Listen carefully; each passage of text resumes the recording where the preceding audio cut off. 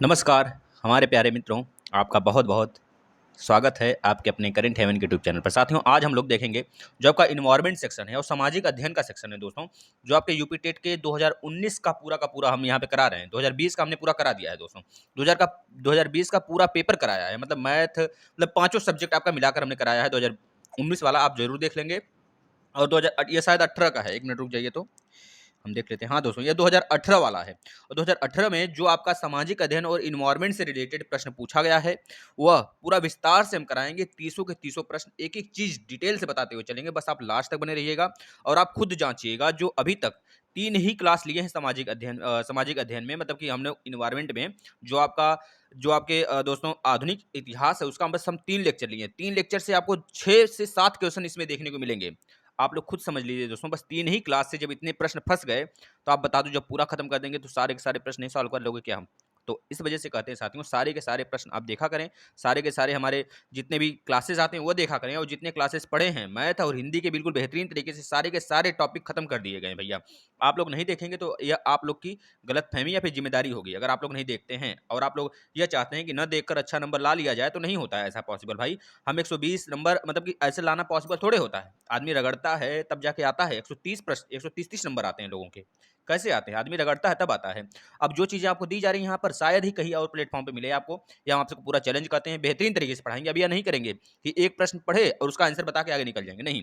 उस टॉपिक से रिलेटेड सब कुछ कंफ्यूजन अभी का अभी खत्म कर देंगे दोस्तों। इस वजह से कहते हैं आप पूरा का पूरा पेपर देखें और सारे क्लास हमारे अटेंड करें। अभी अगर नहीं ले रहे हैं तो आकर प्लेलिस्ट में जितने यूपी टेस्ट से रिलेटेड प्लेलिस्ट बना है, सब कुछ देख डालें। साइंस का बना है, आपका ज्योग्राफी का बना है, आपका दोस्तों सीडीपी का बना है, आपका दोस्तों इन्वायरमेंट चल रहा है, आपका दोस्तों मैथ और हिंदी खत्म हो गया। अब क्या लोगे भाई? आपका पेपर कराया जा रहा है, बताओ क्या लोगे फ्री में? सारे पीडीएफ भी देते हैं फ्री में दोस्तों। ये 2018 का है और सारे प्रश्न इसको जल्द से जल्द सॉल्व करें और यहीं से प्रश्न आएगा, ये हमारा गारंटी है दोस्तों। ऐसे ही प्रश्न आते हैं। चलिए, आज का पहला प्रश्न, यानी कि 30 प्रश्न है, 30 प्रश्नों को हम बेहतरीन तरीके से करेंगे। 91 दोस्तों, 91 में देखिए क्या पूछा गया है। निम्नांकित महासागरीय धाराओं में से किस किसका पड़ोसी तट किसके पड़ोसी तट पर गर्म प्रभाव पड़ता है? दोस्तों बता देंगे। देखिए, जो ओएससीओ है दोस्तों, यही होता है जो कि हमारे कह लीजिए उत्तरी चीन सागर में बहता है। यही इसका राइट आंसर है दोस्तों। यहाँ पर जो टिक लगा है वह गलत है, इतना ध्यान रखिएगा। मतलब हो सकते हैं सही हो, लेकिन अधिकतर गलत है, क्योंकि हमारा जो साथी दिया था ये पेपर दोस्तों, वो पूरा का पूरा गलत, मतलब कि अधिकतर क्वेश्चन इसमें गलत मिलेंगे। अब जो बच्चे इंग्लिश का करना चाहते हैं, इंग्लिश का देखिए इधर है, आप लोग देख लीजिए। दूसरे प्रश्न पे चलते हैं। 92 नंबर देखिए क्या लिखा है भैया। देखिए, हम विस्तार से पढ़ते चलेंगे दोस्तों। ड्राकेंसबर्ग पर्वत निम्न में से कहाँ स्थित है? दोस्तों, ड्राकेंसबर्ग पर्वत जो है दोस्तों, यह स्थित है दोस्तों दक्षिण अफ्रीका में स्थित है। साथियों, आपको याद रहना चाहिए, अफ्रीका का साउथर्न पोर्शन दक्षिण अफ्रीका कहलाता है। अफ्रीका दोस्तों पूरे विश्व का, याद रखें, एशिया के बाद आने वाला दूसरी सबसे बड़ी कंट्री है। दूसरी सबसे बड़ी कंट्री एशिया के बाद आने वाला दोस्तों, याद रखेंगे। एशिया सबसे बड़ा, फिर उसके बाद आपका आ जाता है दोस्तों अफ्रीका। अफ्रीका के बाद चला जाता है उत्तरी अमेरिका, फिर उसके बाद दक्षिणी अमेरिका दोस्तों। इस तरह के क्रम है। आप अगर कॉन्टिनेंट वीडियो देखना चाहते हैं, कॉन्टिनेंट वाइज, तब भी प्लेलिस्ट हमने बना दिया है। कॉन्टिनेंट वाइज आप जो चाहोगे सो मिल जाएगा। अगर चाहोगे टॉपिक वाइज करंट अफेयर, तो टॉपिक वाइज करंट अफेयर भी मिल रहा है आपको। क्या लोगे अब बता दो? फ्री में सारी चीजें दी जा रही। अपडेट मांगते हो, अपडेट भी आता है भाई। तो आप लोग बस ये जिम्मेदारी ले लीजिए शेयर करने का, और बाकी हमारे ऊपर छोड़ दीजिए, हम क्या करते हैं, कैसे करते हैं। आपको 120 नंबर लाना हमारी जिम्मेदारी है, ये हम आपको दिलवाएंगे। सिर्फ आप वो पढ़ते चलिए जो हम आपको पढ़ा रहे हैं। ठीक है साथियों, चलिए। या माता रानी का, देखिए माता रानी का दिन चल रहा है, झूठ बिल्कुल नहीं बोलेंगे। आपको जो चीजें परफेक्ट तरीके से एग्जाम में आते हैं, वैसे ही हम पेपर कराते हुए करा रहे हैं। देखिएगा, जो 3-4 दिन में हमने इन्वायरमेंट के क्लास कराए हैं, 3 से 4 वीडियो ही कराया है, जिसमें कि हमने दोस्तों जितने भी आपके जितने कि आपके आधुनिक इतिहास में जितने डेट थे 1905 से लेकर 1950 तक के, उसमें 2-3 प्रश्न आपको मिलेंगे। जितने हमने वायसराय कराए, बंगाल के गवर्नर जनरल, भारत के गवर्नर जनरल कराए, उसमें से 3 प्रश्न आपको अभी के अभी मिलेंगे इसी प्रश्न पेपर में। आप खुद देखिएगा, जो बच्चे देखे हैं, शिल्पा जैसे देखी हैं, राकेश यादव, मतलब ये, मतलब राकेश जी हो गए, और आपके महेंद्र, मतलब ये जो बच्चे देखे हैं वो खुद बताएंगे आया है कि नहीं आया है। दोस्तों आप लोग देखो नेक्स्ट 93 नंबर देखिएगा। निम्नलिखित ग्रहों में कौन सा ग्रह है जिसका कोई उपग्रह नहीं? भाई, शुरुआती के 2 ग्रह, यानी कि आपके बुध हो जाते हैं, बुध और शुक्र। ये शुरुआती के जो 2 ग्रह है दोस्तों, इसके पास कोई भी अपना ग्रह नहीं है। जो शुक्र ग्रह है दोस्तों, शुक्र शुक्र मतलब कि वीनस और यूरेनस, दोस्तों, यूवी जिसे कहते हैं, यूरेनस और वीनस, इन दोनों दोस्तों पूर्व से पश्चिम की ओर गति करते हैं। बाकी सारे जो ग्रह होते हैं पश्चिम से पूर्व की ओर गति करते हैं, ये आपको याद होना चाहिए। मंगल को देखिए दोस्तों, जो शुक्र है, शुक्र को कहा जाता है पृथ्वी की जुड़वा बहन। पृथ्वी या फिर सांझ का तारा, भोर का तारा के नाम से भी शुक्र को जाना जाता है दोस्तों, याद रखेंगे, क्योंकि शुक्र की जो त्रिज्या है लगभग पृथ्वी के इक्वल है। और बृहस्पति दोस्तों अपने ध्रुव पर सबसे तेजी से घूमने वाला ग्रह है, याद रखेंगे, बृहस्पति सबसे बड़ा ग्रह है, इसके पास सबसे बड़ा उपग्रह भी है जिसका नाम गैनीमेड है, साथियों याद रखिएगा, है ना। और सबसे ज़्यादा उपग्रहों की संख्या बृहस्पति के पास था, लेकिन अभी फिलहाल में आपने देखा होगा 6-7 महीने का न्यूज है, जो शनि ग्रह है दोस्तों, शनि सैटर्न जिसे बोलते हैं, इसके पास सबसे अधिक उपग्रहों की संख्या हो चुका है, याद रखेंगे दोस्तों। पृथ्वी का एकमात्र उपग्रह प्राकृतिक उपग्रह, उसका नाम क्या है दोस्तों, बता देंगे, चंद्रमा, चंदा मामा दूर से पुआ पकावे, क्या बोलते हैं, चंदा मामा, ऐसे कुछ गाना है भैया, बता दो ना। नेक्स्ट देखो, सिलवासा राजधानी है दोस्तों, सिलवासा किसकी राजधानी, दोस्तों आपको पता होना चाहिए, दादर एवं नगर हवेली।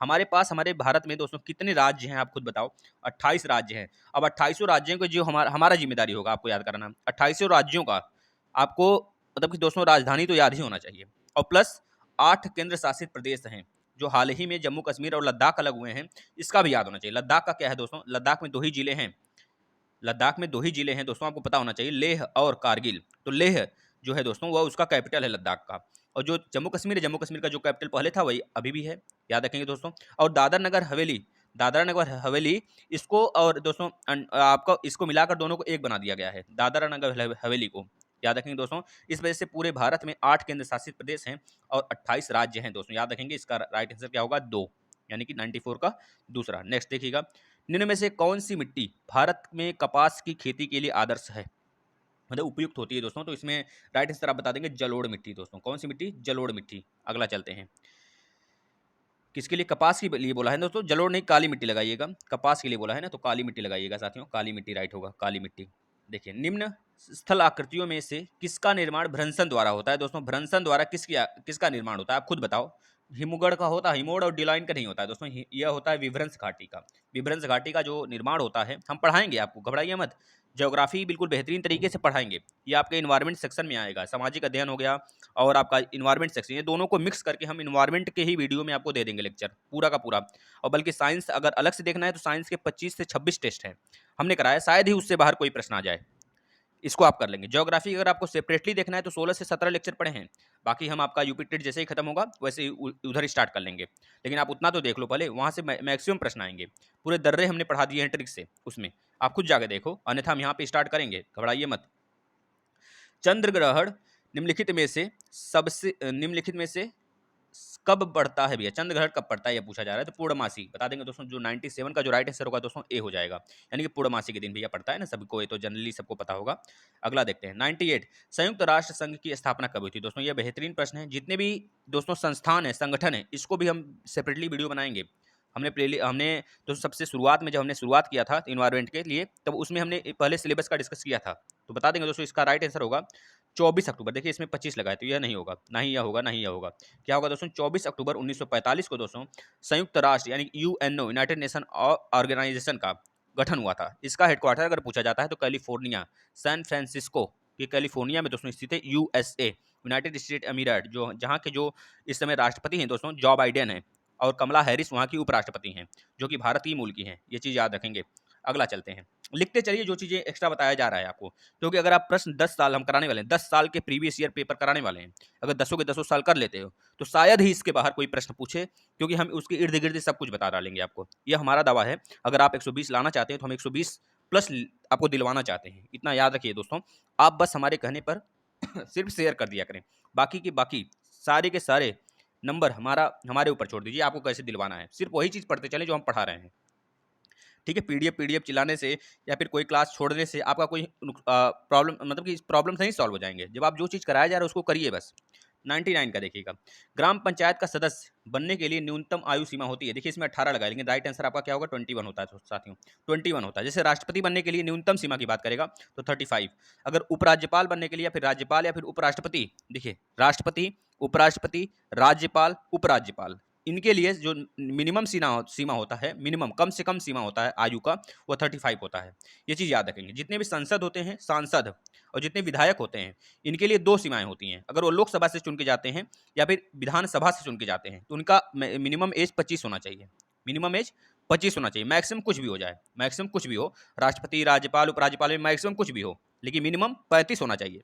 लेकिन अगर पूछा जाता है सांसद या फिर विधायक, कि अगर लोकसभा या फिर विधानसभा से चुन के जाते हैं, विधानसभा मतलब कि राज्यों से और लोकसभा मतलब केंद्र से अगर चुन के जाते हैं तो मिनिमम उनका एज 25 होना चाहिए। लेकिन वही हमारे सांसद और विधायक दोस्तों अगर कहाँ से चुन के जाते हैं, राज्यसभा से और विधानमंडल से चुन के जाते हैं। याद है कि विधान परिषद अलग है, विधान परिषद और विधानसभा मतलब कि जो हमारे सांसद हो गए और हमारे विधायक हो गए, अगर ये लोकसभा से और विधानसभा से चुन के जाते हैं तो मिनिमम एज इनका 25 होना चाहिए।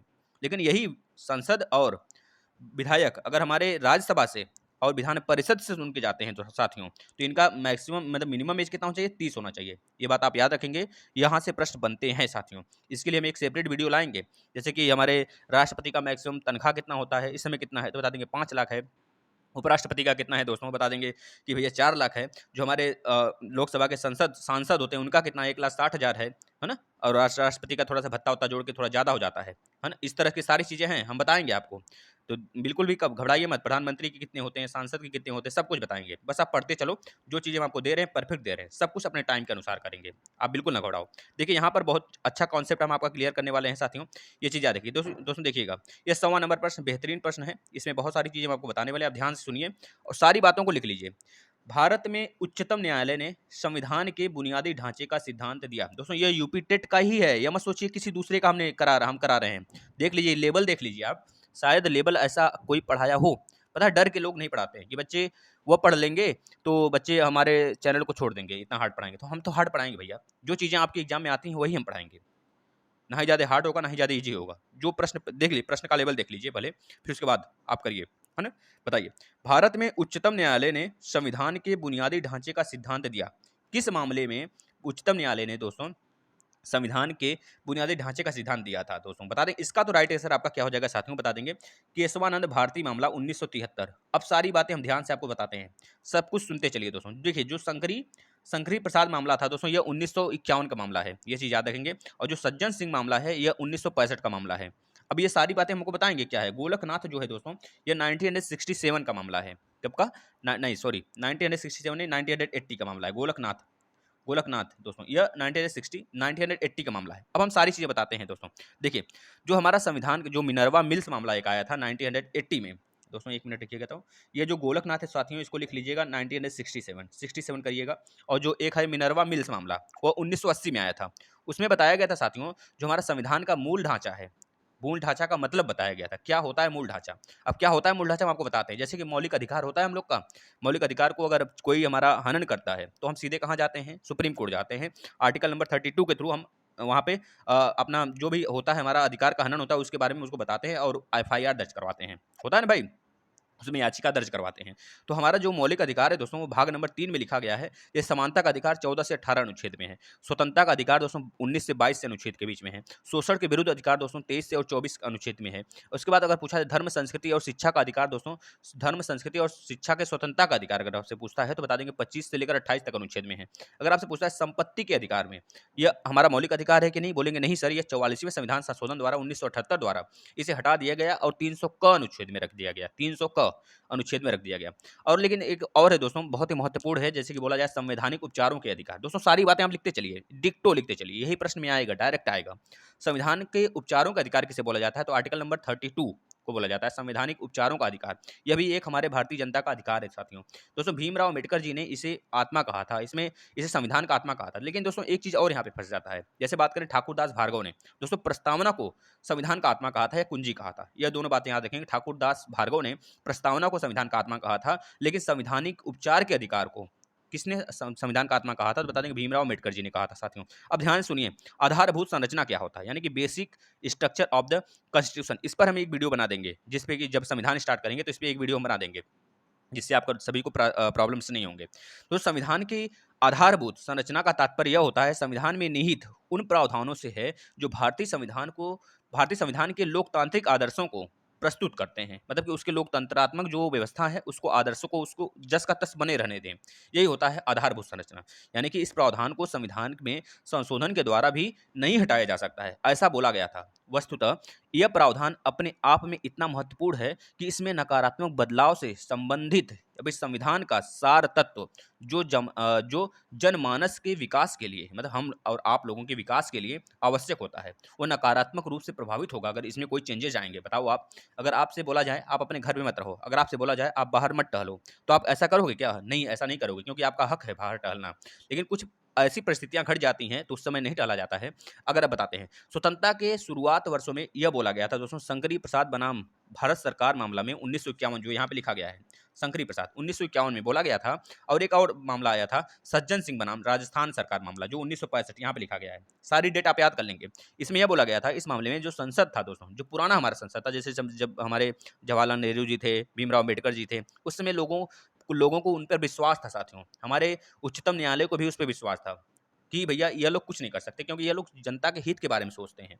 तब उस समय संसद ने दोस्तों विश्वास दिलाया था, मतलब उस समय जो हमारा उच्चतम न्यायालय था वह इस समय घोषणा किया था कि 1951 और 1965 के थ्रू हमारा जो संसद है यह क्या कर सकता है, किसी भी मतलब किसी भी तरह हमारे संविधान में कुछ भी संशोधन कर सकता है, पूरे मूलभूत स्ट्रक्चर को भी प्रभावित कर सकता है, यह बात कही गई थी। लेकिन बाद में दोस्तों सत्तारूढ़ सरकार आई, लोग अदल बदल करने लगे। तो आपको पता है दोस्तों, गोलकनाथ पंजाब बनाम सरकार 1967 के मामले में सर्वोच्च न्यायालय ने कहा कि अनुच्छेद 368 के अधीन मौलिक अधिकार को बिल्कुल समाप्त या सीमित रखने की शक्ति नहीं रखती है। मतलब संसद कोई भी संशोधन ऐसी बात पे नहीं करेगी जिससे कि हमारे मूल स्ट्रक्चर पर कोई प्रभाव पड़ेगा। ये सारी बातें थी जो हमने आपको बताया। अगर आपको पसंद आया हो तो आप वीडियो को जरूर शेयर करेंगे साथियों, क्योंकि इससे ज़्यादा डिटेल कुछ नहीं हो सकता। देखिए हम आपको सब कुछ डिटेल में पढ़ाएंगे, बिल्कुल डिटेल में, जो आप शायद ही कहीं पढ़ पाएंगे दोस्तों। सब कुछ देंगे, सब कुछ A to Z, क्योंकि हमारा सपना है 120 लाना। अगर जो बच्चा 120 लाता है, 120 प्लस लाता है, उसको हम सुपर टेट के बुक्स जो होते हैं दोस्तों, जो होंगे सब कुछ हम फ्री में देंगे। आप लोग बिल्कुल विश्वास के साथ पढ़िए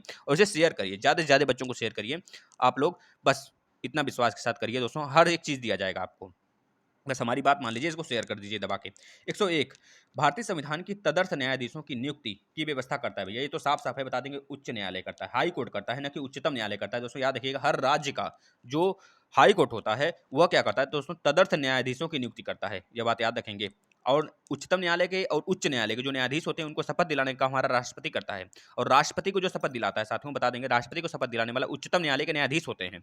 और राज्यपाल को शपथ दिलाने वाला दोस्तों, राज्यपाल को नियुक्त तो हमारे राष्ट्रपति करते हैं, लेकिन उनको शपथ दिलाने का काम करता है उच्च न्यायालय के न्यायाधीश। याद रखेंगे दोस्तों, जो राज्य के उच्च न्यायालय हैं उनके न्यायाधीश। 102 नंबर देखिएगा। 102 में क्या सकते हैं साथियों, ये सारे के सारे यूपी टेट के प्रश्न भैया पिछले साल के, याद रखिएगा, ये सारे के सारे प्रीवियस ईयर प्रश्न हैं। आप लोग बिल्कुल बेहतरीन तरीके से बेहतरीन प्लेटफॉर्म पे पढ़ रहे हैं। अब इतना समझ लीजिए, फोड़ के आना है इस बार आपको। यह कौन निश्चित करता है कि कोई विधेयक मतलब धन विधेयक है? भैया ये कौन निश्चित करता है? लोकसभा के स्पीकर ही तो करते हैं साथियों। लोकसभा के स्पीकर 110 आर्टिकल नंबर 110 के थ्रू करते हैं कि कोई भी विधेयक धन विधेयक है ना। इस बात का याद रखिए साथियों, अगर 14 दिन तक, मतलब 14 दिन मतलब यहाँ पे धन विधेयक केवल लोकसभा में ही पता चलता है। और लोकसभा दोस्तों जब धन विधेयक आ जाता है तो वह 14 दिन के लिए किसके पास जाता है? विचार करने के लिए राज्यसभा के पास। अगर राज्यसभा माने या फिर न माने, या फिर उसमें कोई हस्तक्षेप नहीं होता है राज्यसभा का, लेकिन 14 दिन बाद अपने आप स्वीकार कर लिया जाता है। अगर राज्यसभा नहीं मानती है तब भी याद रखेंगे 14 दिन के लिए भेजा जाता है राज्यसभा के लिए। नेक्स्ट, शिक्षा को द्विध्रुव किसने कहा था? दोस्तों किसने कहा था? ये तो डायरेक्ट प्रश्न है, बता देंगे दोस्तों, एडम्स ने कहा था। कौन कहा था दोस्तों? एडम्स ने शिक्षा को द्विध्रुव नाम दिया था। नेक्स्ट, 104 नंबर प्रश्न देखिए, उच्च प्राथमिक स्तर पर कौन सा विषय सामाजिक अध्ययन में सम्मिलित नहीं है? दोस्तों दर्शन शास्त्र मेरे मित्रों यह सम्मिलित नहीं है, इसको याद रखेंगे। राजनीतिक शास्त्र सम्मिलित है, इतिहास भी सम्मिलित है, भूगोल भी सम्मिलित है, लेकिन दर्शन शास्त्र ऐसा नहीं है जो कि हमारे प्राथमिक स्तर पर सम्मिलित हो। आप लोग इसको पढ़ते हो, लेकिन देखिए कभी पीसीएस का एग्जाम दिए हैं, कभी आईएएस का एग्जाम दिए हैं, कभी यूपी ट्रिपल एससी का एग्जाम दिया है, उसमें दर्शन शास्त्र नहीं पूछा जाता है। लेकिन राजनीतिक शास्त्र यानी पॉलिटी, इतिहास पूरा भर के पूछा जाता है भैया। भूगोल ऐसा हो ही नहीं सकता ना पूछा जाए, तो आप खुद देख लीजिए, सब कुछ पूछा जाता है। आपके यूपी टेट में भी पूछा जाएगा, सुपर टेट तक पूछा जाएगा। दोस्तों हम सब कुछ पढ़ाएंगे, सिर्फ आप सपोर्ट करिए। एक एक चीज देंगे, बिल्कुल फ्री देंगे। भले दूसरे चैनल वाले हमारे ऊपर ब्लेम करें, हमारे ऊपर कुछ भी करें, लेकिन हम आपको एक एक चीज फ्री में दे देंगे। इतना दे देंगे ना कि आप खुद फोड़ के आओगे, सारे प्रश्नों को फोड़ के आओगे, एक एक प्रश्न नहीं बचेगा। इतना समझ लो, सबका आप क्या करोगे? कत्ल कर दोगे, सारे प्रश्नों का कत्लेआम मचा के आओगे। नेक्स्ट देखिए, 105 निम्नलिखित में से कौन सा व्याख्यान विधि का गुण नहीं है? दोस्तों कौन सा व्याख्यान है जो विधि का गुण नहीं है? दोस्तों इसमें बताना है आपको। 105वें का राइट आंसर क्या हो जाएगा दोस्तों? 4 हो जाएगा। विद्यार्थियों में स्वाध्याय की आदत पड़ती है, यही नहीं है दोस्तों, व्याख्यान विधि का गुण नहीं है। और बाकी सभी हैं। समय की वह शक्ति की बचत होती है, बिल्कुल होती है। तर्क एवं चिंतन शक्ति का विकास होता है दोस्तों, बिल्कुल होता है। व्याख्या, अगर कोई चीज़ आप व्याख्या से करते हो, कोई विस्तार से पढ़ते हो, बताओ हमारी समय बचती है कि नहीं? समय मतलब कि अगर आप एक ही बार में व्याख्या से पढ़ लोगे, अच्छे से पढ़ लोगे, तो आपके मतलब आगे पढ़ने का मतलब अगर हम मान लीजिए आपको कोई चीज़ पढ़ा रहे हैं, अच्छे से पढ़ा दें, एक ही बार में सब कुछ क्लियर कर दें आपका, तो अगर आपको दोबारा पढ़ना पड़ेगा, तो हमारे पढ़ाने का क्या मतलब? बताओ आप, समय का बचत हुआ कि नहीं हुआ? शक्ति की भी बचत होगी भाई, ऊर्जा नहीं खर्च होगा। तर्क और चिंतन का भी विकास होगा आपका, होगा भैया, जब विस्तार से पढ़ाएँगे, देखो पढ़ा तो रहे हैं, विचार आपका बताओ क्या हो रहा है? आपका विस्तार ही तो हो रहा है, आप सारी चीज़ें जान रहे हो कि नहीं जान रहे हो? इसके बाद पाठ्य पुस्तक की अधिक स्पष्टता किया जा सकता है। भैया ये भी तो किया जा सकता है, लेकिन यह नहीं होता है। विद्यार्थी स्वाध्याय की आदत नहीं पड़ती है। नेक्स्ट, विद्यार्थी स्वाध्याय की आदत पड़ती है। ऐसा तो आप खुद कर सकते हो, इसका हमारे पढ़ाने से मतलब नहीं है। अगर आप चाहते हो हम स्वतः पढ़ सकें, अपने से पढ़ सकें बुक लेकर, तो हमारे पढ़ाने का कोई मतलब ही नहीं है। नेक्स्ट, शिक्षक को श्यामपट्ट पर लिखते समय कितने अंश के कोण पर खड़ा होना चाहिए? भैया ये तो 45 डिग्री सब बच्चों को याद है, 45 डिग्री होना चाहिए। दोस्तों देखिए यहाँ पर जो निशान लगा है, ये हमारे मित्र ने लगाया है। अब ऐसा मत सोचिएगा कि यही प्रश्न सही है, क्योंकि इस पे जो निशान है वो गलत भी है। बहुत सारे गलत हैं, मैक्सिमम गलत हैं, इतना समझ लीजिए। नेक्स्ट देखिए, सामाजिक अध्ययन शिक्षण का उद्देश्य है। दोस्तों सामाजिक अध्ययन शिक्षण का उद्देश्य है, इसमें क्या क्या बातें सत्य हैं? सांस्कृतिक विरासत का विकास करना, ये भी सही है। राष्ट्रीय एकता और अंतर्राष्ट्रीय समझ विकसित करना, ये भी सही है। अच्छे नागरिक होना, ये भी सही है। दोस्तों उपरोक्त सभी इसमें राइट आंसर 4 हो जाएगा। नेक्स्ट देखिएगा, निम्नलिखित में से कौन सा धर्म त्रिरत्न में विश्वास रखता है? दोस्तों बता देंगे बौद्ध धर्म। भैया बौद्ध धर्म होगा, और क्या होगा? चलिए नेक्स्ट चलते हैं। मालती मालती माधव नामक नाटक की रचना किसने की थी? अगर जो बच्चा कल वाला रात में जो 9 बजे टेस्ट लिया गया था, लगभग 210 साहित्य के प्रश्नों का, जो बच्चा कल किया होगा वो फोड़ देगा इस प्रश्न को। मालती माधव नामक नाटक की रचना किसने की थी? जो बच्चा किया होगा पक्का फोड़ देगा, जो बच्चा नहीं किया भैया डेली हो जाओ। तो संस्कृति के महान नाटककार के रूप में उन्हें जाना जाता है, उसका नाम है भवभूति, याद रखेंगे दोस्तों। नेक्स्ट, जंतर मंतर का निर्माण किसने करवाया? बचवा ये बता देंगे आप, जवाई राजा जय सिंह। जवाई राजा जय सिंह तो यहाँ लिखा ही नहीं है सर जी, तब लगा देंगे जय सिंह द्वितीय। दोस्तों याद रखिए, पहले जवाई राजा जय सिंह को ढूंढेंगे, सॉरी सवाई राजा जय सिंह ढूंढेंगे, फिर उसके बाद अगर वो नहीं मिलेंगे तो जय सिंह द्वितीय लगा देंगे। यह दोस्तों जयपुर में ही नहीं, सॉरी दिल्ली में ही नहीं, बल्कि जयपुर में, उज्जैन में, मथुरा में, दिल्ली में, हमारे वाराणसी में भी इन्होंने दोस्तों जंतर मंतर का निर्माण कराया था। दोस्तों ये एक प्रकार का यह कह लीजिए कि एक तरह से यह बिल्डिंग है कोई, और बेहतरीन है। यहाँ पर लोग मतलब घूमने आते हैं, ये चीज़ें हो गई जो बना है, अभी भी आप लोग देख सकते हैं। वैसे बहुत सारे बच्चे गए हैं। वर्नाकुलर प्रेस एक्ट, अब देखो, अब कौन बताएगा हमारे वीडियो से नहीं है? बता दो, 3 ही लेक्चर लिए गए हैं इन्वायरमेंट पे, ये आ गया कि नहीं आ गया मेरे मित्रों? बता दो, कल ही बताए थे। कल वाले जो इन्वायरमेंट के बच्चे प्रश्न देखे होंगे भैया, क्लास देखे होंगे, उनमें यह जरूर मिला होगा। देखिए 3-4 प्रश्न, मतलब कि 7 से 6 प्रश्न ऐसे हैं जो केवल 3 प्रश्न, 3 हमारे क्लास से आए हैं। तो बता दो कैसे नहीं फंसता है प्रश्न? हम ऐसा पढ़ा देंगे ना, ऐसा निचोड़ दे देंगे ना आपको, कि शायद ही उससे बाहर प्रश्न आए, शायद 0.00001% लिख के ले लो, उससे बाहर आएगा। और बाकी के बाकी समझ रहे हो, 99% अगर माने हम बात अपनी, तो पूरा का पूरा श्योरिटी के साथ 100% लिखित दे सकते हैं दोस्तों। इससे बाहर शायद ही प्रश्न आए कोई। आप बस पढ़ते चलो, विश्वास के साथ पढ़ते चलो। इसका राइट आंसर क्या होगा? 1878 दोस्तों। दोस्तों वर्नाकुलर प्रेस एक्ट जो आया था दोस्तों, यह लॉर्ड लिटन के समय लाया गया था, और लॉर्ड रिपन ने इसको हटा दिया था, याद रखेंगे साथियों। दोस्तों एक चार्ल्स मेटकाप था, हमने पढ़ाया था, प्रेस के मुक्तिदाता के रूप में जाना जाता है चार्ल्स मेटकाप। दोस्तों प्रश्न सारे के सारे क्लास आप देख लो, और हिंदी के क्लास तो मत छोड़ा करो, रात में 9 बजे टेस्ट होता है। अभी जल्द ही सीडीपी का भी स्टार्ट कर देंगे टेस्ट, आप घबराओ नहीं, हम सारे बुक्स आपके लिए मंगवा लिए हैं।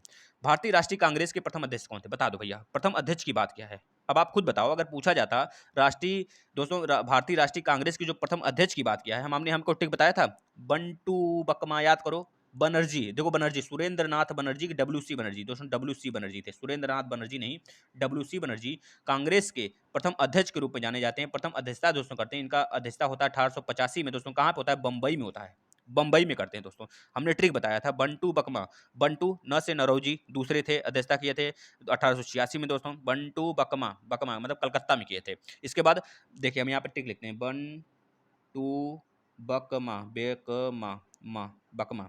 ब से बनर्जी कहाँ किए थे? बम्बई में किए थे। न से नरौजी कहाँ पे किए थे? कोलकाता में किए थे। ट से तैयब जी कहाँ किए थे दोस्तों? आपके मद्रास में किए थे, चेन्नई जो आज का है। इसके बाद यू से जॉर्जियुल थे, जो कहाँ किए थे दोस्तों? कहाँ किए थे भैया? इलाहाबाद, जो आज का प्रयागराज है। यह 1885, 86, 87, 88 का दोस्तों यह कांग्रेस की अध्यक्षता है। कल हमने कांग्रेस के पूरे अध्यक्षता जितनी कराई गई थी उस पर वीडियो दे दिया है भैया। इन्वायरमेंट वाले सेक्शन में आ जाओ, कर लो मेरे बच्चों, धुआंधार, एक भी प्रश्न नहीं छोड़ोगे आप। बता तो रहे साथियों, बस करते चलो, बस करते चलो, बस करते चलो। आप देख लो आके, पूरे के पूरे एक एक चीज़ें हमने पढ़ा दी हैं, शायद ही छोड़ोगे। जो AOU में ससुरा ना, ये दोस्तों क्या है, ये 1885 में यह जो कांग्रेस का जो बना था दोस्तों, यही स्थापना किया था AOU। भूदान आंदोलन किससे प्रारंभ हुआ दोस्तों? किसने प्रारंभ किया था? भूदान आंदोलन दोस्तों किसने प्रारंभ किया था? 113 का जो राइट आंसर है दोस्तों, पहले कब प्रारंभ किया गया था बता दीजिए?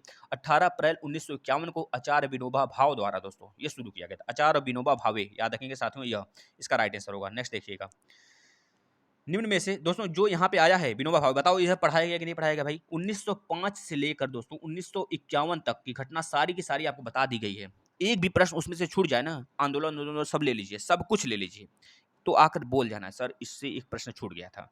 पक्का हम बता देंगे ना आपको, तुरंत का तुरंत दोस्तों हम क्या करेंगे, मतलब कि पढ़ाना छोड़ देंगे, इतना समझ लो, पढ़ाना छोड़ देंगे भाई। अगर उससे बाहर जो जितने डेट बताए गए हैं उससे बाहर एक शायद ही डेट आ जाए, तो शायद एक भी डेट आ जाए तो दोस्तों क्या आएगा बचवा?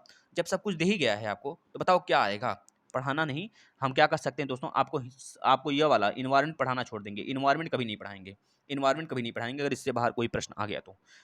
बाहर का मतलब कि 99% तो इसी में से आएगा, इतना लिख कर ले लीजिए। नेक्स्ट देखिए 114, निम्न में से कौन का बताइए पढ़ाया गया नहीं भाई? पढ़ाया गया कि नहीं पढ़ाया गया बता दो आके। काकोरी कांड से संबंधित नहीं है, कौन नहीं है काकोरी कांड से संबंधित? अगर आपको याद है कौन संबंधित हमने बताया है, आपने पढ़ा है, तो पहले बता दो काकोरी कांड कब हुआ था दोस्तों? काकोरी कांड लखनऊ के पहले एक पड़ता है दोस्तों ट्रेन प्लेटफॉर्म।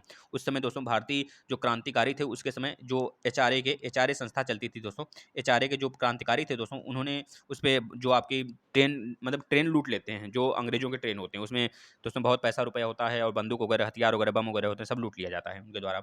इसके बाद दोस्तों इसमें कौन नहीं सम्मिलित थे तो बता देंगे भगत सिंह नहीं शामिल थे। इसके बाद अशफाक उल्ला थे, राजेंद्र लाहिड़ी थे, राम प्रसाद बिस्मिल थे, इनके साथ बहुत लोग थे। जैसे बात करें मुरारी शर्मा थे, केशव चक्रवर्ती थे दोस्तों, योगेंद्र योगेंद्र चंद्र थे, ठाकुर रोशन सिंह थे, राजेंद्र नाथ लाहिड़ी थे, भूपेंद्र नाथ सन्याल थे, रामनाथ पांडे थे, ये सारे के सारे थे, चंद्रशेखर आजाद यहाँ तक थे दोस्तों, मतलब सब लोग थे। कुछ लोग बच गए थे और कुछ लोग बेचारे पकड़े गए थे, जैसे राजेंद्र लाहिड़ी, राम प्रसाद बिस्मिल, ये लोग पकड़ा गए थे और बाद में इन लोग को फांसी भी हो जाती है दोस्तों। कब हुआ था ये घटना बता देंगे? 9 अगस्त 1925 को हुआ था, 9 अगस्त 1925 को हुआ था साथियों, 9 अगस्त 1925 को हुआ था मेरे मित्रों। ये सारी चीज़ें आप याद करो भैया, देखिए सब कुछ पढ़ाया गया है और सब कुछ पढ़ाएंगे जो नहीं पढ़ाया गया है।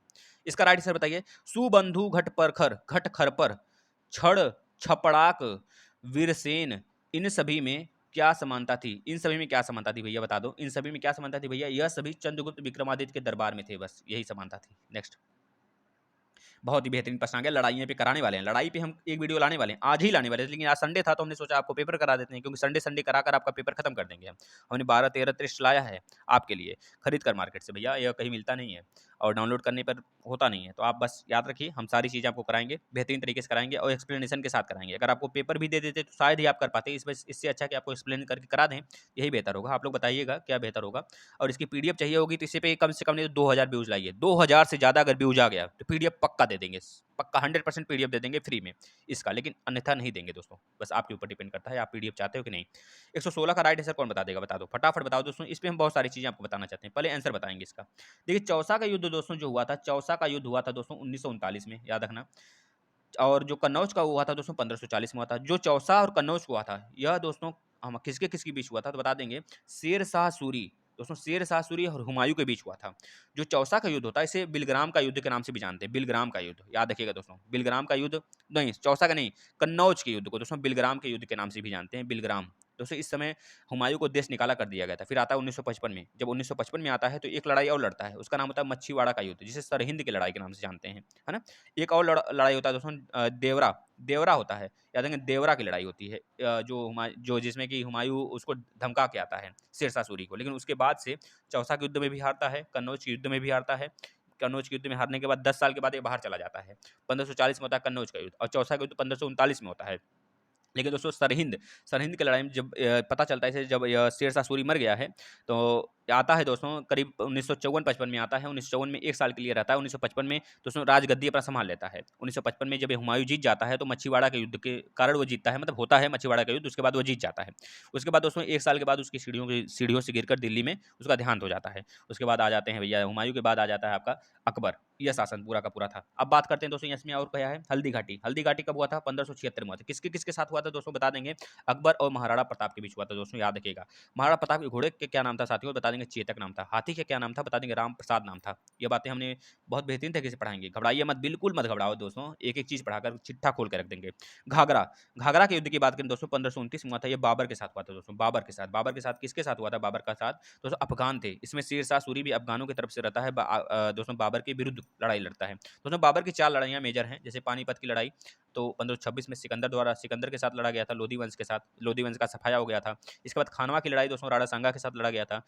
कब लड़ा गया था? 1527 में। उसके बाद चंदेरी की लड़ाई मादनी राय जो राणा सांगा के मित्र थे उनके साथ लड़ा गया था। कब लड़ा गया था? बता दें 1528 में लड़ा गया था। फिर घाघरा आ जाता है 1529 में, अफगान शासक द्वारा लड़ा जाता है, उसमें शेरशाह भी रहता है दोस्तों। बस इसको मैच कर लेंगे, आप कौन है भैया, इसमें मैच कर लेंगे, आपको इसमें मैच कर लीजिए, देखिए क्या हो जाएगा, अपना मैच कर लेंगे। नेक्स्ट देखिए, बताइए भैया पढ़ाएगा कि नहीं पढ़ाएगा? कौन बताएगा नहीं पढ़ाएगा? जो बताएगा ना नहीं पढ़ाएगा उसके कान पर एक थप्पड़ मारेंगे, नीचे खींचकर एक थप्पड़ मारेंगे। और जो बच्चा नहीं देखा है वो देख ले, प्लीज प्लीज प्लीज देख ले आके।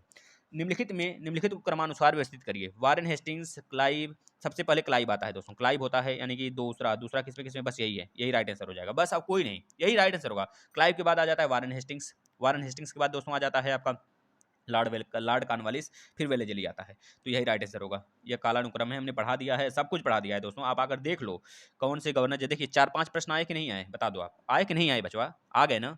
ऐसे ही प्रश्न आते हैं, जो पढ़ाएंगे उसी से आएंगे, जब बस डेली आप देखते चलो। 120 प्लस नहीं 130 प्लस लाओगे बस। भारत के निम्न में से किस राज्य में सुंदरवन पाया जाता है भैया? पश्चिम बंगाल, पश्चिम बंगाल में पाया जाता है बचवा। आगे चलो, निम्न में से किस नदी का हीराकुंड बहुउद्देशीय परियोजना का निर्माण हुआ है? दोस्तों हीराकुंड जो दोस्तों है बांध है, वह महानदी पाया जाता है। महानदी उड़ीसा की एक नदी है जो कि झारखंड के पठार से निकल के आती है साथियों, याद रखेंगे। नेक्स्ट, निम्न में से कौन सा विश्व का सबसे बड़ा उष्ण उष्ण मरुस्थल है? अब देखिए यहाँ पे मरुस्थल पर हम एक वीडियो बनाएंगे, घबराइए मत, बिल्कुल मत घबराइए, हम क्रम से चल रहे हैं, क्रम से चलेंगे, इतिहास खत्म होगा फिर ज्योग्राफी पे ही आएंगे। ज्योग्राफी की वजह से सेपरेट लेक्चर हम सुपर टेट के लिए दे रहे थे, लेकिन अचानक आपका यूपी टेट आ गया, तो हम सोचे यूपी टेट का स्टार्ट कर देते हैं, ज्योग्राफी का मतलब कि जो टॉपिक वाइज सेक्शन चल रहा था वो बाद में चला देंगे, जैसे ही आपका यूपी टेट खत्म होगा। तो आप लोग देख सकते हैं, अभी 16-17 लेक्चर हो चुका है, उसको देख सकते हैं, उसके बाद आगे जब स्टार्ट करेंगे तो आप देखिएगा। दोस्तों इसका राइट आंसर होगा विश्व का सबसे बड़ा उष्ण मरुस्थल सहारा मरुस्थल है। याद रखिए दोस्तों, जैसे कालाहारी मरुस्थल है, कालाहारी कहाँ पे पड़ता है? तो बताएं, कालाहारी साउथ अफ्रीका में पड़ता है, साउथ अफ्रीका के भी नामीबिया, बोत्सवाना, अंगोला में पड़ता है, यह देश है वहाँ के। अटाकामा मरुस्थल दोस्तों, अटाकामा दोस्तों चिली, जहाँ आपका दोस्तों एंडीज पर्वतमाला है, एंडीज पर्वतमाला जहाँ पर है अटाकामा मरुस्थल उसी के भाग में पड़ता है। लेकिन यह किसके किसके बॉर्डर पर है बता देंगे दोस्तों, जो अटाकामा मरुस्थल है साथियों वो आपका चिली और पेरू के बॉर्डर पर पड़ता है, याद रखिए। थार मरुस्थल दोस्तों ये भारत और पाकिस्तान के बीच में पड़ता है। जैसे बहुत सारे, जैसे तकलामाकन है, सिकियांग चीन में पड़ता है, पेंटागोनिया है अर्जेंटीना चिली में पड़ता है, सोनोरोन है यह कैलिफोर्निया यूएसए में पड़ता है, मोजावे है यह यूएसए कैलिफोर्निया में पड़ता है। सब बताएंगे, ट्रिक से बताएंगे, बेहतरीन तरीके से बताएंगे, बस सब पढ़ते चलो मेरे मित्रों। बस आप शेयर करो, जितने ज़्यादा से ज़्यादा बच्चों को बटोर सकते हो बटोरो। यह मत सोचो कि बच्चा आ रहा है कि नहीं, बस आपका हक है, जैसे हम बच्चे नहीं आते तभी पढ़ाते हैं, तो आपका भी हक होना चाहिए, अगर बच्चे नहीं आते हैं तब भी शेयर करें उसको, जबरदस्ती शेयर करें। वो अगर एक भी वीडियो देख लिया ना तो जुड़ जाएगा चैनल से दोस्तों। मधुबनी लोक कला दोस्तों, लोक कला पर हम वीडियो लाने वाले, इसका राइट आंसर बिहार हो जाएगा, घबराइए मत, लोक कला पर भी एक वीडियो लाएंगे। धान का खैरा रोग किस तत्व की कमी से होता है? दोस्तों इसमें तो गलत आंसर लगाया गया है, इसका राइट आंसर जिंक होगा, जिंक लिखिएगा। खैरा रोग जैसे भिंडी वगैरह में हो जाता है साथियों, याद रखेंगे। आलू है, आलू दोस्तों देखिए इसमें जड़ लगाया गया, लेकिन आलू जड़ नहीं, आलू तना है साथियों। क्या है? तना है, आलू तना है, आलू तना है। और आपका प्याज तना है दोस्तों, लहसुन तना है, यह सब तने में आ जाते हैं। जैसे चुकंदर हो गया, हल्दी हो गया, ये जड़ में आते हैं। लेकिन आपका राइट आंसर यहाँ पे इसे बोला जाता है मॉडिफाइड तना, मॉडिफाइड स्टेम के नाम से जाना जाता है आलू को दोस्तों, याद रखेंगे। नेक्स्ट, खरीफ की फसल है दोस्तों, खरीफ की फसल हमको रबी फसल और जायद फसल में करवाएंगे, बिल्कुल करवाएंगे, भी चिंता मत करो। रबी की फसल में दोस्तों जैसे गेहूं आ जाता है, सरसों आ जाता है, चना मटर जौ आ जाता है, ये सब गेहूं की मतलब रबी की फसल में आते हैं। लेकिन यहाँ पे खरीफ की फसल बात किया तो गेहूं की फसल, गेहूं तो आएगा नहीं, गेहूं तो रबी में आता है, ये काट दीजिए। इसके बाद धान, धान ही आपका राइट आंसर होगा। चना आलू नहीं होगा दोस्तों, चना आलू गेहूं ये हमारा रबी की फसल है ना। खरीफ की फसल में जैसे हमारा चावल आ गया, दाल आ गई, जितनी दलहनी फसलें होती हैं सब हमारे खरीफ की फसल में आ जाती हैं। सोया बड़ी हो गया, ये सब आ जाते हैं दोस्तों खरीफ की फसल में, है ना, याद रखेंगे दोस्तों। जैसे कि जायद की फसल में ककड़ी, ककड़ी हो गया और खीरा हो गया, ये सब जायद की फसल में आ जाते हैं। नेक्स्ट, मक्का का जैसे आपका हिरमाना, यह सब भी जायद की फसल में आ जाता है, जिस समय बरसात होता रहता है या फिर कह लीजिए गर्मी आती रहती है, गर्मी ना ही ज़्यादा होता है ना ही ज़्यादा ठंडी होता है ना उस समय। नेक्स्ट, मक्का का जन्म स्थान है, मक्का का जन्म स्थान क्या है साथियों बता दें। मक्का का जन्म स्थान देखिए अगर देखा जाए रियल में तो मैक्सिको है, लेकिन मैक्सिको, कनाडा और अमेरिका लगभग करिए 20-52 देश हैं, 20 से 25 देश हैं जो कि पड़ जाते हैं उत्तरी अमेरिका में। तो मैक्सिको भी उत्तरी अमेरिका का तीसरी सबसे बड़ी कंट्री है, तो याद रखेंगे मैक्सिको अगर है अमेरिका, इसमें तो मैक्सिको दिया नहीं भाई, तो मैक्सिको तो इसका राइट आंसर, लेकिन मैक्सिको जब है तो यहाँ पे कोई नॉर्थ ईस्ट का कोई देश है ही नहीं, तो अमेरिका लगा देंगे आप, इस तरह से लगाते हैं प्रश्न को दोस्तों, याद रखिएगा, गलत नहीं है। यूएसए अगर होता तो अगर मैक्सिको होता तो मैक्सिको लगाते, लेकिन मैक्सिको नहीं है तो कनाडा और अमेरिका लगा देंगे। दोस्तों इस पर हम एक वीडियो लाएंगे, जो ऐसा फसल जो किस देश द्वारा मतलब सबसे पहले प्रयोग किया गया, हम लाएंगे इस पर एक वीडियो, बहुत जल्द लाएंगे, घबराइए मत। सब कुछ पढ़ाएंगे भैया, A to Z हम लिखते चल रहे हैं, हम खुद डायरी बना रहे हैं। जब पेपर सॉल्व कराते हैं डायरी बनाते हैं कि कौन सा हमको टॉपिक बच्चों को छूट गया है वो कराना चाहिए, आप ऐसा मत समझो। प्रमाणित बीज के थैले पर लगे टैग का रंग होता है दोस्तों, बता देंगे नीला, नीला होता है साथियों, नीला होता है ना। नेक्स्ट, ओरिकल्चर, देखिए कल्चर से एक वीडियो हम लाएंगे, कल्चर पे पूरा का पूरा पढ़ा देंगे आपको, बिल्कुल मत घबराओ। ओरिकल्चर दोस्तों साखिया विज्ञान भी से बोला जाता है, साखिया विज्ञान यानी कि सब्जी से, सब्जी विज्ञान से संबंधित है साथियों। पुष्प विज्ञान मतलब फ्लोरिकल्चर होता है दोस्तों, याद रखेंगे, पुष्प विज्ञान मतलब फ्लोरिकल्चर होता है, फ्लोरी फ्लोरी याद रखेंगे दोस्तों।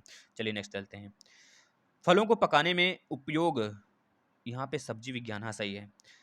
फलों को पकाने में उपयोग किया जाने वाला रसायन है दोस्तों एथिलीन है दोस्तों, जिसका रासायनिक नाम होता है C2H4 होता है, C2H4 होता है एथिलीन, इसका राइट आंसर है दोस्तों। सल्फ्यूरिक अम्ल का क्या होता है, ग्लूकोज का C6H12O6 होता है, C6H12O6 होता है। अगर शक्कर का पूछा जाए C12H22O11 होता है शक्कर का, है ना, इस तरह होते हैं, सब याद कर लो। मेथेन का CH4 होता है साथियों, ये याद होना। सल्फ्यूरिक अम्ल H2SO4 होता है साथियों, सब कराएंगे क्योंकि केमिकल नेम भी पूछा जाता है, हम कराएंगे, बिल्कुल बेसिक से कराएंगे। वैसे आप अगर टेलीग्राम चैनल पर जुड़ जाएंगे ना तो डेली ये सब जाते रहते हैं जीके, आप डेली पढ़ो उसको। टेलीग्राम करंट हेवन के नाम से टेलीग्राम है, और करंट हेवन ये आपका चैनल है, हमारा नहीं है, आपका है। हम आपके सिर्फ सर्वेंट हैं, आपके सर्वेंट के रूप में काम करते हैं, जो आप बोलते हो करते हैं। पाइपेन, ये तो राइट आंसर है, पाइपेन मतलब पपीता, इस तरह याद कर लो, पपीता का स्रोत है। नेक्स्ट, लीची, देखिए इससे भी एक वीडियो बनाने वाले हैं साथियों, घबराइए मत। लीची फल का कौन सा भाग खाया जाता है भैया, मांसल एरियल खाया जाता है उसका, मांसल, ना ही बीच का ना ही ऊपर का, मांसल एरिया मतलब बीच का खाया जाता है, ये चीज याद रखेंगे। मतलब मध्य खाया जाता है, मध्य भित्ति, मध्य भित्ति रहता तब भी सही हो जाता है, मध्य फल भित्ति नहीं, मांसल एरियल ये ज्यादा उचित है, यही लगाएंगे। राष्ट्रीय खेल दिवस मनाया जाता है साथियों, राष्ट्रीय खेल दिवस दोस्तों 29 अगस्त को किसके नाम पर मनाया जाता है, बता दें, हॉकी के जादूगर ध्यानचंद के नाम से मनाया जाता है दोस्तों, याद रखेंगे। और इन्हीं के नाम से दोस्तों अब पूरे जो आपका जो खेल जगत का सबसे बड़ा पुरस्कार है, आपका कौन सा पुरस्कार है भाई, अर्जुन है नहीं, एक मिनट, राजीव गांधी पुरस्कार है दोस्तों, इन्हीं के नाम पे हो गया है, बदल दिया गया उसका नाम, याद रखेंगे साथियों, ये आपके लिए इंपॉर्टेंट है। अगला देखिए, देखिए ओलंपिक, ओलंपिक से रिलेटेड जितने भी प्रश्न हैं, अभी हाल ही में ओलंपिक खत्म हुआ है 2020 वाला, 2021 में हुआ है टोक्यो ओलंपिक, आपको पता होगा दोस्तों, उस पर हमने एक सेपरेट वीडियो बनाया है। करंट इवेंट्स पे आप सर्च करेंगे, मतलब आ जाएंगे प्ले लिस्ट में, तो टॉपिक वाइज करंट अफेयर होगा, टॉपिक वाइज करंट अफेयर में पैरा ओलंपिक का पूरा वीडियो है। अभी हम नोबल अवार्ड जो मिले हैं उस पर भी वीडियो बनाने वाले हैं शॉर्ट ट्रिक से, और इसके बाद दोस्तों आपका ओलंपिक पे भी है, तो आप सब देखो भैया, सारे के सारे प्रश्न आएंगे बचवा। इसका राइट आंसर 1886 नहीं होगा, राइट आंसर 1896 होगा दोस्तों। नेक्स्ट, खिलाड़ियों की डोपिंग परीक्षण किया जाता है दोस्तों, डोपिंग परीक्षण हमारा यूरिन से किया जाता है, केवल मूत्र द्वारा किया जाता है, याद रखेंगे। जो मूत्र होता है ना उसके द्वारा एक सैंपल लिया जाता है, कैसे होता है हम आपको बताते हैं दोस्तों, कौन करता है एजेंसी, ये भी बताते हैं। किसी दोस्तों कोई भी इवेंट अगर हो खेल से रिलेटेड या फिर ट्रेनिंग कैंप के दौरान, डोप टेस्ट में खिलाड़ी का यूरिन का सैंपल लिया जाता है। यह टेस्ट नाडा यानी कि नेशनल एंटी डोपिंग एजेंसी, जो भारतीय एक एजेंसी है दोस्तों, जिसका स्थापना 1928 में हुआ था, याद रखेंगे दोस्तों। इसके जो अध्यक्ष हैं सौरभ गांगुली हैं, याद रखेंगे। जय शाह इसके सेक्रेटरी हैं, जो अमित शाह के बेटे हैं। इसके बाद वाडा, वाडा मतलब दोस्तों ये world world anti doping agency है, पूरे विश्व स्तर पर होता है ये, इसकी स्थापना 1909 में हुआ था साथियों, याद रखेंगे, है ना। यह दोनों एजेंसियां मिलकर दोस्तों डोपिंग टेस्ट करती हैं। डोपिंग टेस्ट में जो लिप्त पाया जाता है उसको, उसके ऊपर बहुत ज़्यादा कार्रवाई होते हैं, बैन लगाए जाते हैं, उसके ऊपर खेलने नहीं दिया जाता है, ये सारी चीज़ें उसके साथ किए जाते हैं। तो इसका राइट आंसर मूत्र द्वार होगा, मूत्र का सैंपल लिया जाता है, सैंपल याद रखेंगे, रक्त नहीं, केवल मूत्र का दोस्तों, रक्त एवं मूत्र का भी नहीं, केवल मूत्र का। द्रोणाचार्य पुरस्कार किसको दिया जाता है दोस्तों, पुरस्कार पर भी एक वीडियो बनाएंगे, कब शुरुआत हुआ और किस फील्ड में दिया जाता है, बनाएंगे दोस्तों सब कुछ। ये आपका वीडियो केवल और केवल इन्वायरमेंट सेक्शन में आएगा, ये चीज़ याद रखेंगे। जितने भी सामाजिक अध्ययन से हो गए और इन्वायरमेंट से रिलेटेड जितने प्रश्न हैं, जितने आपके हैं पेपर, मतलब हम कराएंगे टॉपिक, वो सब के सब इन्वायरमेंट वाले सेक्शन में आएंगे, क्योंकि इन्वायरमेंट के नाम से ही सब जाने जाते हैं। इसका राइट आंसर कोच होगा, कोच को दिया जाता है। नेक्स्ट, किस संशोधन द्वारा, देखिए संविधान आ गया भैया, बेहतरीन तरीके, संविधान तो ऐसा उड़ाएंगे ना आपको, मतलब रट जाएगा सब कुछ। किस संविधान द्वारा भारतीय संविधान की प्रस्तावना में पंथ निरपेक्ष जोड़ा गया, 3 शब्द जोड़े गए थे दोस्तों 42वें संविधान संशोधन द्वारा, जिसे मिनी कॉन्स्टिट्यूशन ऑफ इंडियन बोला जाता है दोस्तों। कब हुआ था, 1976 में हुआ था साथियों, याद रखिएगा। और 44वां संविधान संशोधन दोस्तों कब हुआ था, बता देंगे, 1978 में हुआ था। इसके थ्रू एक बड़ा काम किया गया था, जो हमारा संपत्ति का अधिकार है दोस्तों, संपत्ति का मूल अधिकार पहले हुआ करता था, जो 31वें अनुच्छेद में था, उसको निकालकर दोस्तों 300 का अनुच्छेद में रख दिया गया, इसे संवैधानिक अधिकार दे दिया गया, है ना, याद रखेंगे। मतलब कि इसे एक तरह से कानूनी अधिकार बना दिया गया, संविधान मौलिक अधिकार से निकालकर इसे कानूनी अधिकार बना दिया गया, अनुच्छेद नंबर 300 का में रख दिया गया। अगला देखिएगा, गुट निरपेक्ष आंदोलन का 17वां सम्मेलन कहाँ पे हुआ था साथियों, तो बता देंगे 17वां सम्मेलन हुआ था साथियों। जो 17वां सम्मेलन हुआ था ये कहाँ पे हुआ था, तो बता देंगे दोस्तों, यह हमारा कहाँ पे हुआ था भैया, यह हुआ था दोस्तों मार्गरीटियो में हुआ था, मार्गरीटियो में हुआ था, इसका राइट आंसर यह होगा। और वेनेजुएला, ये वेनेजुएला में पड़ता है दोस्तों, कब हुआ था? 17 से 18 सितंबर के बीच हुआ था, ये चीज़ याद रखेंगे। नेक्स्ट देखिए, सूचना का अधिकार के संबंध में निम्नलिखित में से कौन सा कथन सही है? दोस्तों बता देंगे, यह हमारा कैसा अधिकार है? संवैधानिक अधिकार है दोस्तों, यह हमारा संवैधानिक अधिकार होना चाहिए, क्योंकि दोस्तों आपको पता है 12 अक्टूबर 2005 को ये लागू किया गया था। सूचना का अधिकार सबका होना चाहिए, जैसे कि हमारा आरटीआई हम लगाते हैं, राइट टू इन्फॉर्मेशन। अगर कोई चीज़ हमारे साथ गलत होता है, हमारा पेपर लेट होता है, तो हम आरटीआई लगाते हैं। कब पेपर होगा? हमारा हक है कि सरकार से हम सवाल जवाब कर सकते हैं, भैया तुम क्या किए हो बताओ। यही लोकतंत्र का असली दोस्तों एक तरह से मतलब कहा जाता है, लोकतंत्र को देखने का यही तरीका है। आप खुद पूछो सरकार से अपने, आपने क्या किया 5 सालों में, वो जवाब देंगे। अन्यथा उनको मतलब कि उनको हक बनता है दोस्तों जवाब देने का। ऐसा बोल ही नहीं सकते वो नहीं देंगे, नहीं बताएंगे। उनका अगर ये बोल दिए जिस दिन, तो दिन पूरा मतलब पूरा जनता हावी हो जाएगा उनके ऊपर। नेक्स्ट देखिए, निम्नांकित में से किस राज्य की व्यवस्थापिका में द्वितीय सदन नहीं है? दोस्तों बताइए, पहले हम बता देते हैं किस में है। द्वितीय सदन का मतलब होता है जिसमें लोकसभा भी हो, सॉरी मतलब कि आपके मतलब कि विधानसभा भी हो और आपका विधान परिषद भी हो। विधानसभा विधान परिषद, जैसे कि केंद्र में होता है लोकसभा राज्यसभा, उसी तरह राज्यों में होता है विधानसभा विधान परिषद। तो ऐसे केवल 6 राज्य हैं। जम्मू कश्मीर जब से अलग हो गया, जम्मू कश्मीर में था लेकिन अब वो आपका यूटी बन गया, तो वह राज्य नहीं रहा, वो आपका केंद्र शासित प्रदेश हो गया। तो ऐसे अब केवल 6 राज्य ही बचे हैं जहाँ पर द्विसदनात्मक है, यानी कि विधानसभा भी है विधान परिषद। कौन कौन से? देखिए, यूपी से सटा बिहार है, तो यूपी बिहार हो गया। नीचे आएंगे दक्षिण भारत में, दक्षिण भारत में अगर पूरब की तरफ चलेंगे तो तेलंगाना और आंध्र प्रदेश, यह दोनों हो गए, मतलब 2 हो गए। इसके बाद दोस्तों आ जाते हैं हम पश्चिमी की तरफ, पश्चिम भारत मतलब दक्षिण में पश्चिम की तरफ, तो आ जाते हैं दोस्तों इसमें क्या है, इधर आ जाता है कर्नाटक और महाराष्ट्र, मतलब कर्नाटक, महाराष्ट्र, आंध्र प्रदेश, तेलंगाना, बिहार और यूपी। तो तमिलनाडु तो नहीं आया भैया इसमें, तमिलनाडु इसका राइट है सर, मतलब यहीं पर नहीं है द्विसदनात्मक। दोस्तों याद रखेंगे, ये आपसे पूछा जा सकता है प्रश्न। नेक्स्ट देखिए, संविधान के किस संशोधन के अंतर्गत 6 वर्ष से 14 वर्ष के बच्चों की शिक्षा मौलिक अधिकार बन गई? तो बता देंगे दोस्तों 86वें संविधान संशोधन, हम सब बता देते हैं इसमें जो है। वैसे हम कराएंगे वीडियो, आप बिल्कुल घबराओ मत, ये केवल हम पेपर सॉल्व करा रहे हैं कि आप खुद देखो, ऐसे पेपर आते हैं। 86वां संविधान संशोधन दोस्तों कब हुआ था? तो बता देंगे दोस्तों, यह हुआ था सन 2002 में हुआ था। याद रखें दोस्तों, इस संविधान संशोधन द्वारा शिक्षा को मौलिक अधिकार का दर्जा दिया गया था।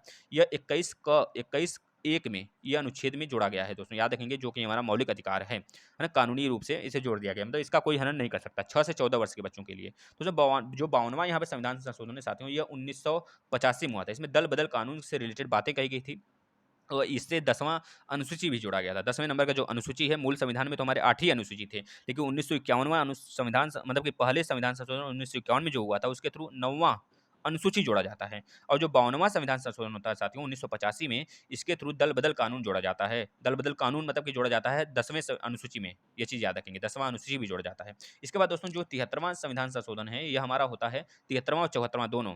73वां जो होता है दोस्तों, इसके थ्रू 11वां भाग जोड़ा जाता है, 11वां अनुसूची जोड़ा जाता है। और 74वां जो होता है, इसके थ्रू 13वां अनुसूची जोड़ा जाता है संविधान में हमारे। और इसमें जो दोनों के दोनों 1992 में ही होते हैं, और 13वें को जो मतलब पूरी रूप से मान्यता मिल जाती है 1993 में मिल जाती है। इसमें दोस्तों इस समय पीएम थे नरसिम्हा राव के नाम से जाने जाते हैं, उस समय थे। और हमारे वित्त सचिव मतलब वित्त मंत्री कौन थे दोस्तों? आपको पता होगा, हमारे कौन थे दोस्तों? जो हमारे इनके मोदी जी के पहले जो प्राइम मिनिस्टर थे हमारे, वही हमारे क्या थे? वित्त थे, उस समय वित्त मंत्री थे, याद रखेंगे साथियों। इसके बाद नगर निगम जो है 74वें संविधान संशोधन द्वारा जोड़ा गया दोस्तों, अनुसूची 13 में। इसके बाद सॉरी अनुसूची 12 में दोस्तों, 12 ही अनुसूची है ना भैया, 12 अनुसूची में जोड़ा गया, सॉरी। और 11वीं अनुसूची में जोड़ो दोस्तों, ग्राम पंचायत से रिलेटेड बातें कही गई, ग्राम पंचायत से रिलेटेड, इसमें 29 विषय हैं। और जो 74वां संविधान संशोधन हुआ था दोस्तों 1992 में, ये 12वीं अनुसूची द्वारा इसमें 18 विषय जोड़े गए, यह बात याद रखेंगे। और 42वां संविधान संशोधन भैया ये तो 1976 में हुआ है, बच्चा बच्चा जानता है, इसे mini constitution of India, Indian constitution बोलते हैं। नेक्स्ट, मानव शरीर में सबसे लंबी और मजबूत अस्थि, भैया देखिए हमको नहीं समझ में आ रहा है क्या होगा इसका राइट आंसर। हमको लगता है इसका राइट आंसर यह होना चाहिए, है ना, यह हमको नहीं समझ में आ रहा है, क्योंकि इसका इंग्लिश वर्जन अगर नहीं दिया है तो हम नहीं बता सकते इसका, और इंग्लिश वर्जन देख कर ही बता सकते हैं। 1 मिनट देख लेते हैं, इंग्लिश वर्जन तो इसमें है ही ना। इसमें राइट आंसर दोस्तों फीमर, मतलब कि ए हो जाएगा दोस्तों, ए किसका इसका ए होगा यह। देखिए दोस्तों, फीमर है, जांग की हड्डी होती है, और सबसे छोटी हड्डी अगर पूछा जाता है तो कान की 3 हड्डियां होती हैं इंपॉर्टेंट, इनकस, मैलिस और स्टेपिस। तो स्टेपिस पूरे शरीर का सबसे छोटी हड्डी है, लेकिन अगर आपसे पूछता है पूरे शरीर का सबसे मजबूत भाग कौन सा है, तो बता देंगे इनेमल, जो दांत के मसूड़ होते हैं उसको बोला जाता है। अगर दोस्तों पूछा जाता है सबसे बड़ा आर्गन कौन है पूरे शरीर का, तो बता देंगे लीवर दोस्तों, याद रखेंगे। सबसे बड़ा शरीर का भाग कौन है, तो बता देंगे स्किन दोस्तों, याद रखेंगे सारे साथियों। ये सारी चीज़ें हम पढ़ाने वाले हैं, घबराइए मत। देखिए हमने इंग्लिश में पढ़कर समझ लिया इसको, वैसे हिंदी में तो हमको नहीं समझ में आ रहा था। नेक्स्ट, निम्नलिखित में से कौन सा विटामिन जल में घुलनशील? देखिए सारे के सारे विटामिन अभी का अभी हम खत्म कर देते हैं दोस्तों। हमारे पास कितने विटामिन हैं दोस्तों? बता देंगे A B C D E के, ये 6 विटामिन होते हैं। देखिए दोस्तों, अगर बोला जाता है बी और सी, यह जल में घुलनशील होते हैं। बाकी जितने बचे कीड़ा, के ई डी ए, ये किसमें, ऑयल में, मतलब कि तेल में घुलनशील होते हैं दोस्तों, याद रखिएगा।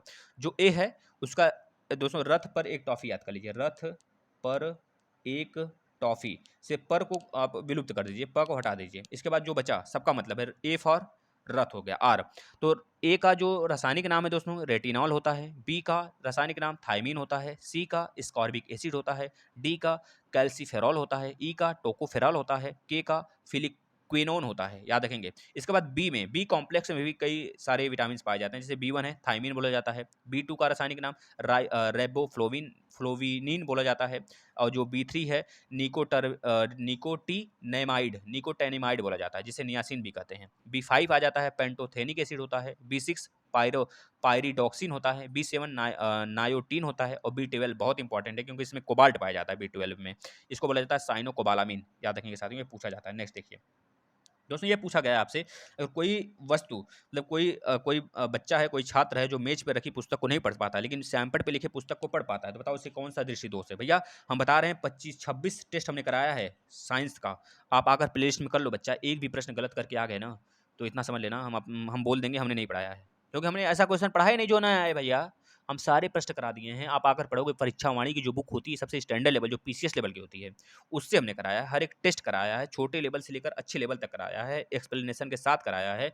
25-26 टेस्ट हैं, 2600 टेस्ट में 30-30 क्वेश्चन हैं, कर तो जाओ, कर जाओगे ना, एक भी प्रश्न नहीं गलत करके आओगे दोस्तों, चाहे रासायनिक विज्ञान का हो चाहे आपका फिजिक्स का हो, और आपके बायो के लिए हम जल्दी करा देंगे उसको भी।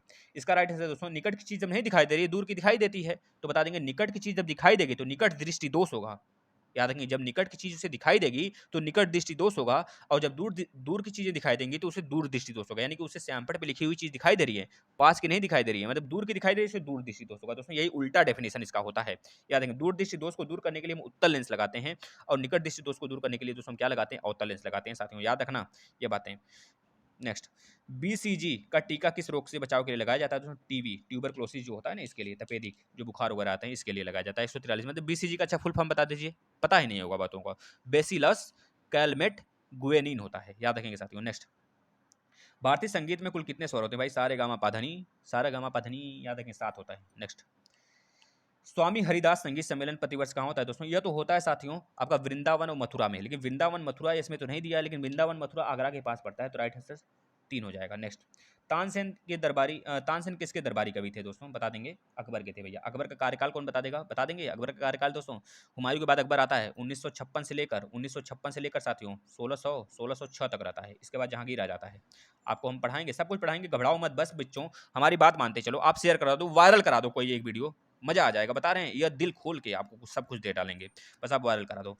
जयदेव किस ग्रंथ के रचयिता हैं, जयदेव अभी कल ही कराया गया, बताओ कल जो हमने मैराथन क्लास लिया था पूरा का पूरा साहित्य पे 1 घंटे 20 मिनट का, उसमें 220 प्रश्न कराए गए थे साहित्य के, जो बच्चा किया होगा शायद ही प्रश्न इसको गलत करे।